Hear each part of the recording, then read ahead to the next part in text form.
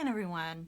Today I am finally going to be doing the comparison between water brushes and travel brushes, all for watercolor. So I'll go into just sort of what the main differences are, and then I will do some tests so you can see how one works versus the other. So with water brushes, there are obviously a few different brands that you can get. There's probably actually quite a few different brands you can get. These two are my favorite. This one is by Kuretake and this one is by Pentel. And basically the main differences between these two is that this one has just an opening when you go to fill it. There's just a little hole here. So you essentially either need something that you can pour into this, or some people will use a little plunger to get water and then put it in here. Or you can fill it under the sink if you're at home. It's a little bit harder to fill, in my opinion, if you're traveling, because you do kind of need a plunger to fill it if you're going to be doing it that way. This one works a different way. This one has a little tiny hole here, and you can essentially, and here I'll show you actually, I'll give you a little cup of water here. And one nice thing is when you have it open, it's not going to spill out too much. And also how you fill it is you squeeze it. There's actually plenty of water in here, so you're probably going to get a little bit of water squeezed out. But you squeeze it, you put it into the water, and then you let go, and then it sucks water up into it. So this to me is a little bit easier for travel, because then all you really need is a cup and with water in it, and then you can just put that water from the cup into this one, and that's kind of why I like this one. The other thing that I like about these two particular water brushes is that they don't just dump water out onto the page, which some poor quality water brushes, they will do that. You will turn it upside down and they'll just dump water onto the page. Or you could have the opposite problem where you will try to paint with it and it's just really too dry. So I kind of went into a little bit more details first, but let me show you the basic anatomy of a water pen. So you have this reservoir where there is water, and then they have various filling mechanisms, as I just showed you. And I actually have another set here to show you that has a different filling mechanism. So I'll show you that in a minute. So you have this reservoir, you have the different filling mechanism, and then you have the, there's always a cap. Let's just say there's always a cap. And then you have the actual brush fibers, which are usually some sort of plastic fiber. And this is essentially what is your brush tip that you're going to be painting with. And almost all of them also have some way to regulate water flow through the tip. So here, if you need more water, there's a little place here that says push, and so you'll push down on that to get more water flowing down into the tip of the brush. This one has the same essential function, except you're just pushing on this general area to get water to flow. Same anatomy, you're just going to get a slightly different tip. I believe that both of these are either the large or the mediums. I cannot remember, and I don't think they're labeled on here. I tend to prefer a larger brush if I'm just going to be taking one water brush, and I generally do only have one water brush in my kit, just because my travel kit, just because it's usually kind of a backup for me, because I do prefer the travel brushes, which I'll go into here in a minute. And I want a larger one because the smaller ones can be a little anemic as far as releasing water, and also these are more versatile. You can still do some small detail painting because these usually come to a pretty good tip. Okay, so that's these two. I am now going to show you some other ones, and this is actually kind of a dual purpose here. So I wanted to show you my updated setup on this guy, this little traveler's notebook that's an original traveler's notebook. I will link below to the video where I talked about the setup in this notebook, but the long and short of it is I have a little pouch up here where I have water brushes, and then I have put these little They're from Peerless. They're little watercolor paper, essentially, but they're dye-based, so you can use water brushes with these. And I'll actually show you water brushes used with both these and with actual watercolor as we go forward. But I did want to show you the update, which is I just had these before tucked into these little card pockets. This is a Traveler's Company card pocket insert. I had them tucked in the pockets, and since then I have actually tacked them with a little glue dot to the actual plastic. I left the samples down in the pocket, and then I added a little Mylar piece of plastic in between each of the individual pages so that the if these stay wet, then it'll just come off onto this plastic as opposed to messing up the color on the other side. So I have not really messed with this setup much since I did it. It was kind of a pain, I'm not gonna lie. Measuring these little pieces of plastic because they're so slippery is kind of hard to get them all the same size. I used a little paper cutter that has a blade that goes up and down. That actually worked really well for cutting these. And then I just used regular Scotch tape. I tried washi tape and it just wasn't holding enough. So I used regular Scotch tape on both sides of the plastic to affix it to as a tip-in, essentially, to the insert. And that was just a pain to do. So if you're thinking of doing that yourself, it's a pain, but then, you know, I don't plan on changing this setup for quite some time. But I will, like I said, I will test the water brushes on this. But I did want to show you the water brushes that I have in here. I showed them briefly in the video that I put a link to down below, but these have a different, a little bit of a different anatomy, and I have not messed with these very much. So this will be kind of a test today as to how they compare to my favorite two here. And why I like these, in addition to a good water flow, is that the tip is really easy to use and is nice on these. These have, let's see, we have I think a small and a medium, or a medium and a large here. So if I were just to bring one, I would probably bring the larger one. So I'm actually going to compare the larger one to these others because we don't really need to go into that. They work essentially the same, just a smaller size line. And then this one's different, so I'll show you that one here in a second. So these have a different mechanism in that you open them up to fill them with water, and there's a little hole like there is with the Kuretake brand, but instead of squeezing to fill with water, there's a little plunger action. So to fill it with water, you pull back the plunger and the water goes in. So to me, this would also, that's part of why I got these, because I prefer this type of filling mechanism better than the just open hole like with the Pentel. Because I think that, you know, you're usually going to have access to a glass of water or a cup of water, because you're going to have to paint with water if you're doing that with other brushes. If you're out in the wilderness with nothing, you know, you're going to have the same problem with all of these. But I find the action of actually putting this down into a cup and doing the plunger action or doing the suction action like the Kuretake is a little bit more convenient, I think. So other than the plunger, which actually water does go down into the plunger piece, so it makes it a little longer than your typical water brush. But then with the tip, you have sort of the same sizing. Here you can see I did not use this one as much because it's not as stained as my Kuretake, which I use the most. And then as far as water flow, this one has two little areas that you press here to get more water down into the brush. And then I will show you, before I do some testing, I'm going to show you this one. Oh no, not this one, the red one, just briefly, and then I'm going to show you the travel brushes that I'm going to compare these to and give you some things that you can get with travel brushes that you cannot get with water brushes. So this one has a marker-like tip.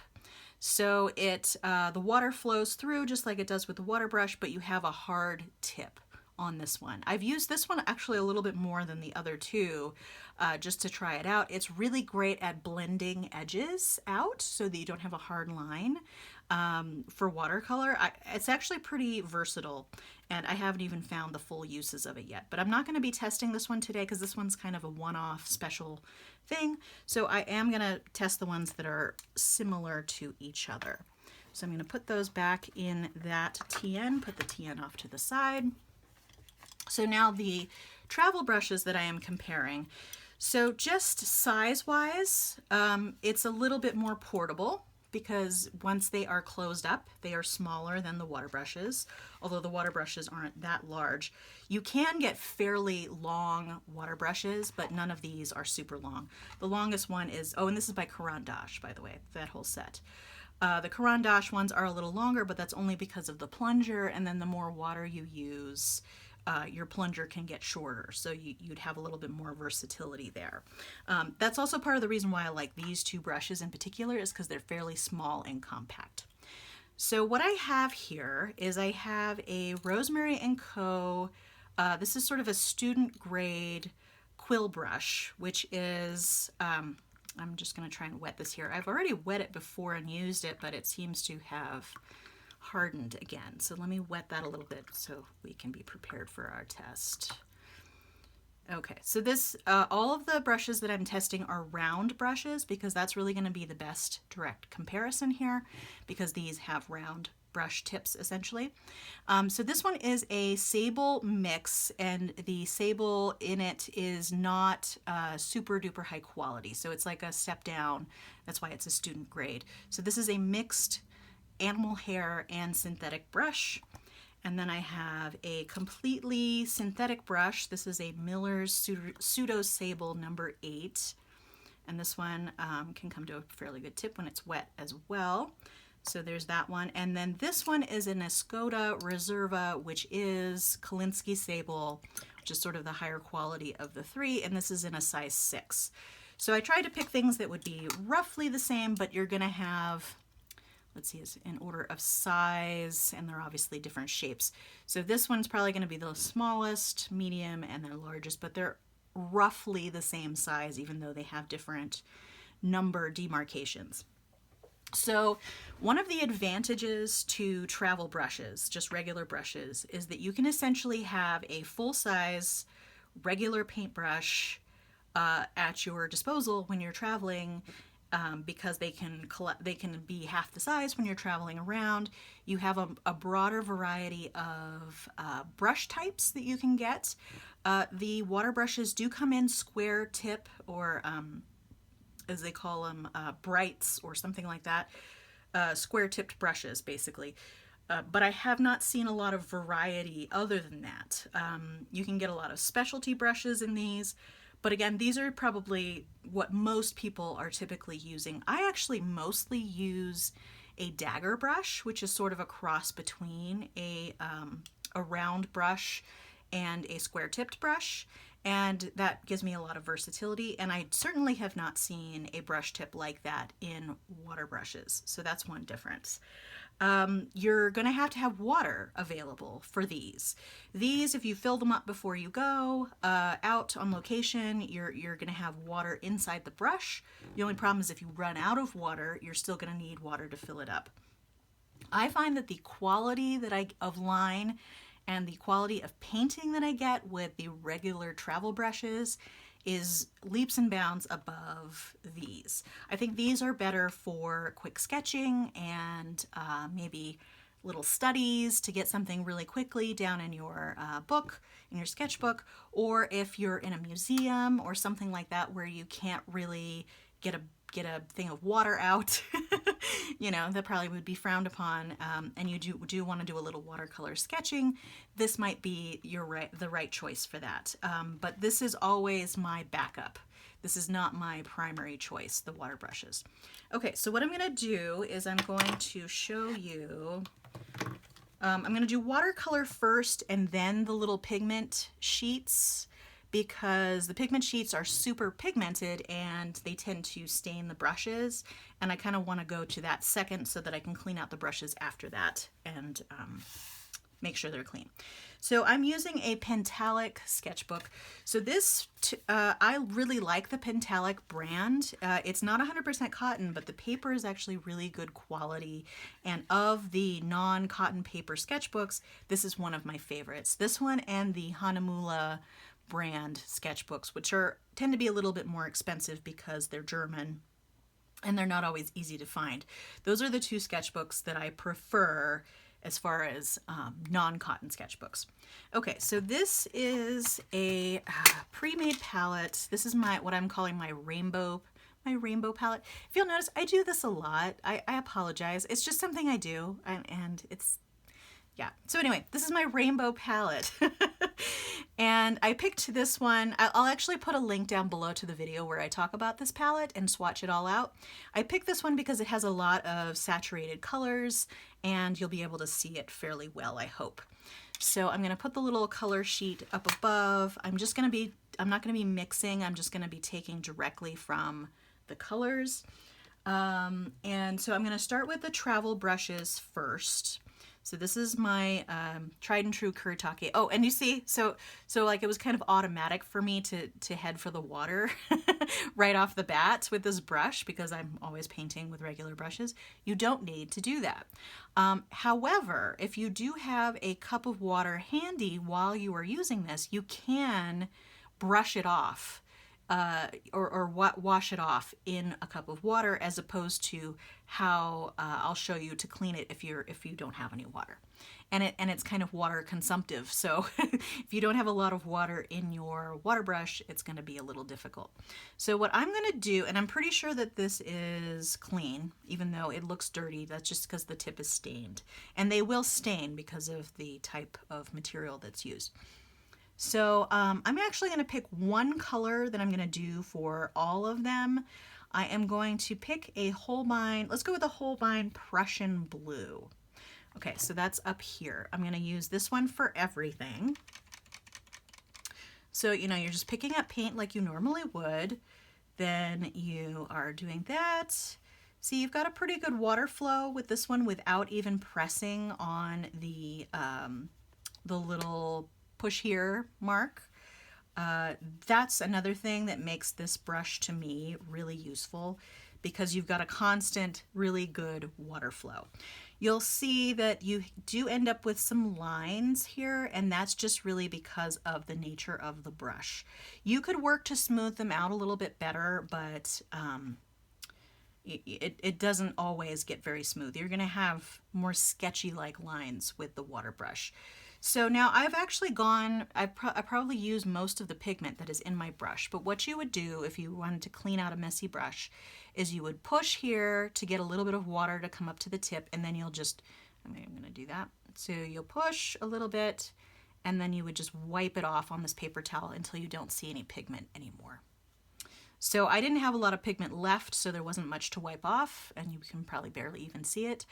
But if you have a pretty messy brush and you want to go from one color to the next, you can do that. Or if you have a cup of water handy, you can go ahead and rinse it off just like a normal brush. It might be retaining a lot of the water, so then you just wipe that off real quickly. That will help you conserve water in your brush if that is a concern. Excuse me.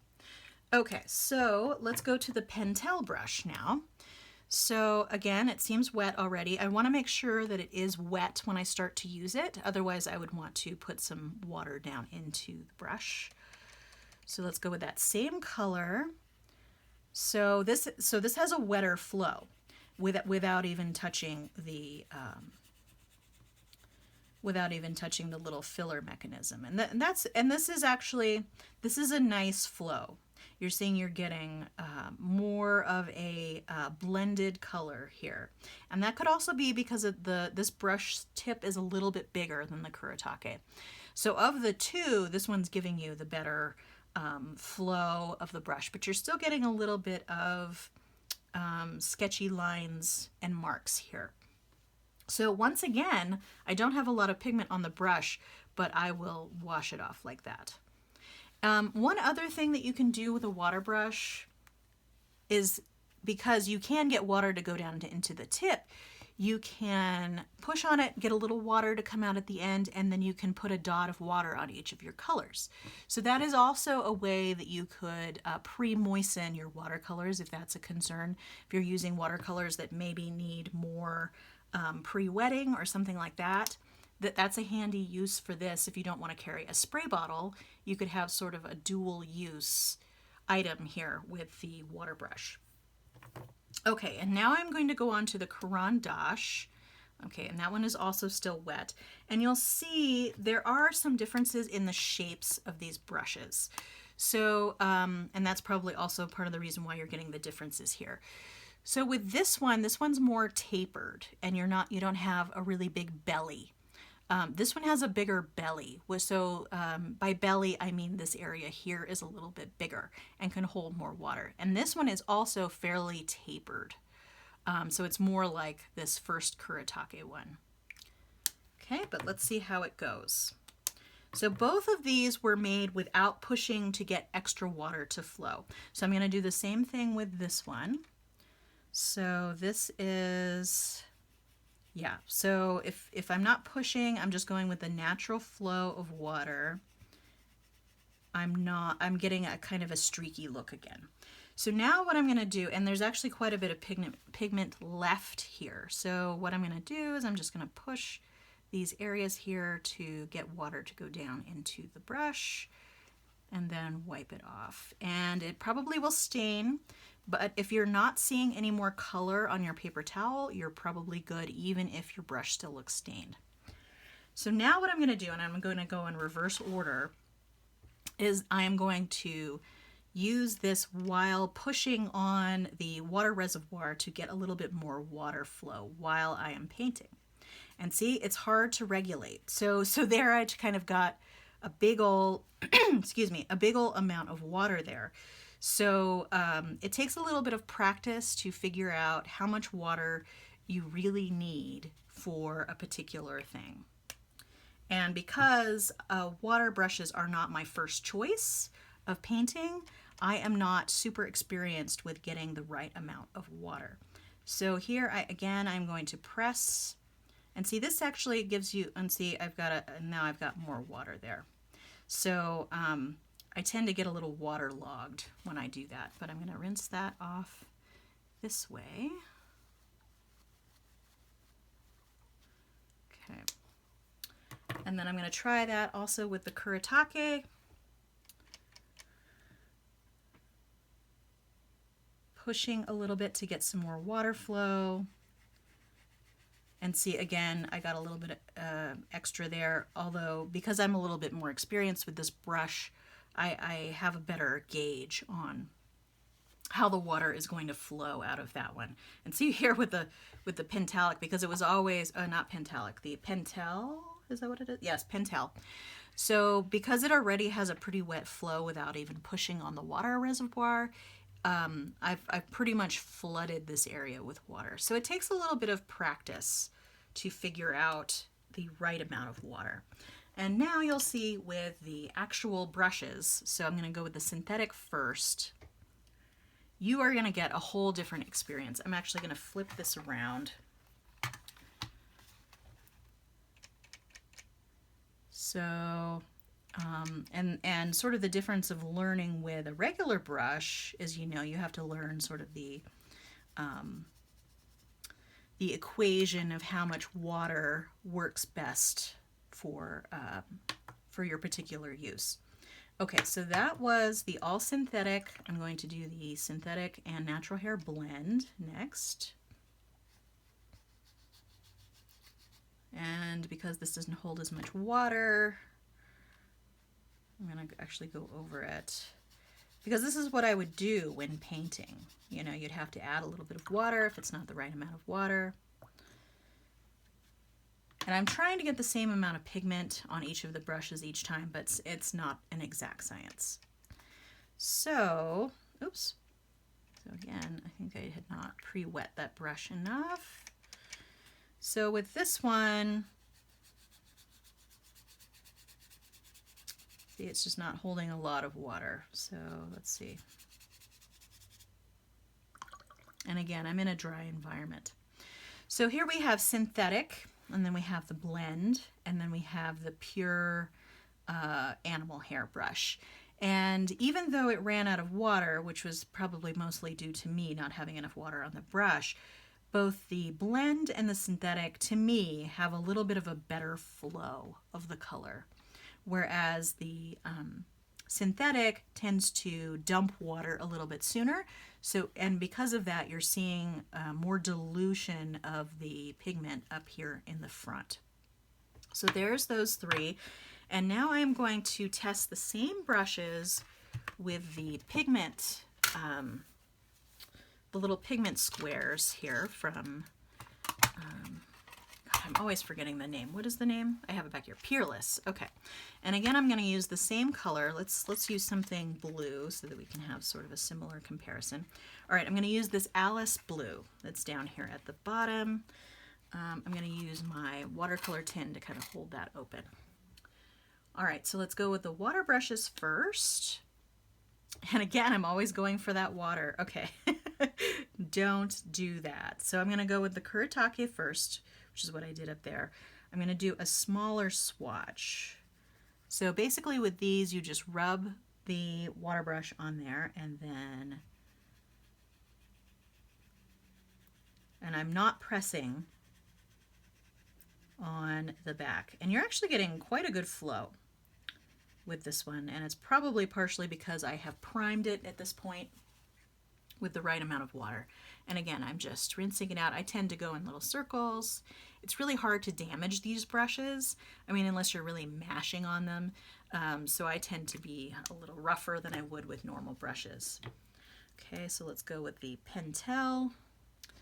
Okay, again, I'm not going to be pressing on anything. I'm just going to get a little bit of pigment there. And because these are so pigmented, yeah, you're definitely seeing a lot more water flow naturally with this one.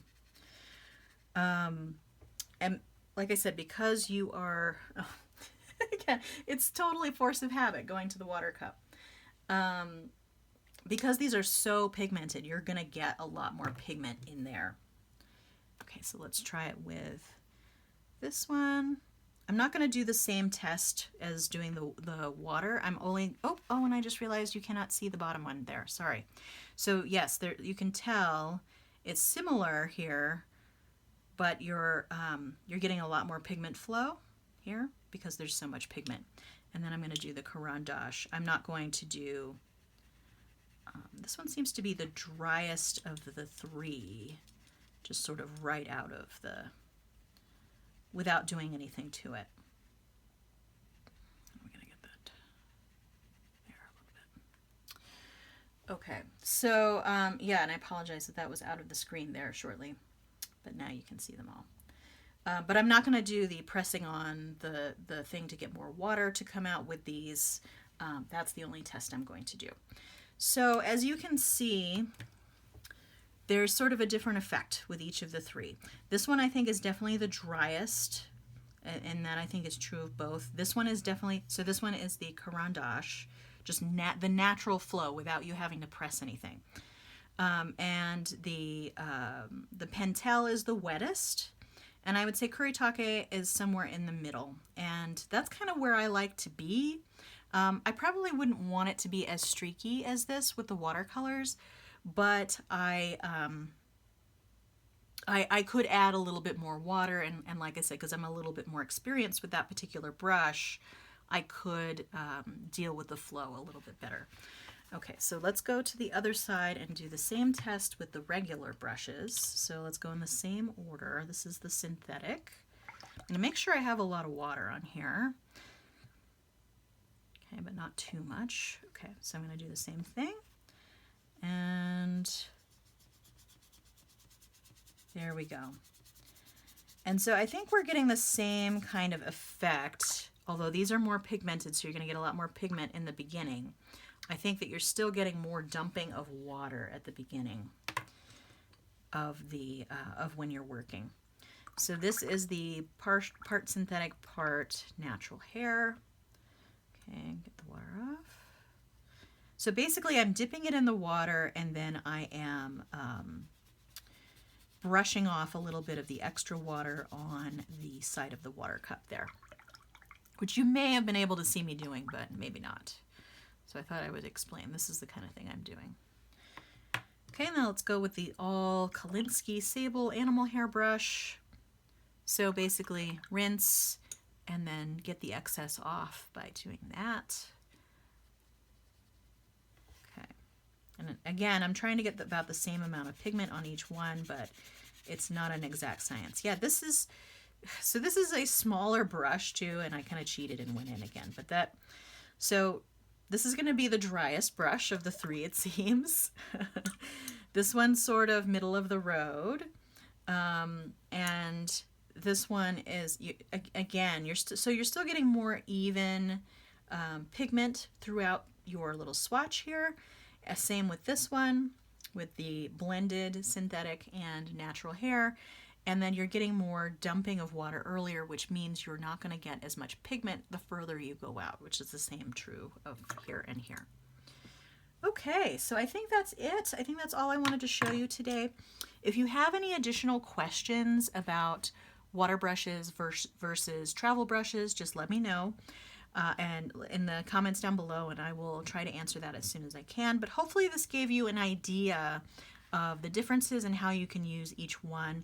I think water brushes are actually almost as good with the pigment paper. And this is, again, from Peerless. I think that the travel brushes are way better with watercolor. It's easier to control them. It's easier to control the amount of water, and I think you get a better result generally. Here, to me, it's a little bit harder to control. So there you go. All right, that's going to be it for today. Feel free to subscribe so you can keep track of future videos on my channel. And I will see you next time. All right, have a great day. Thanks. Bye.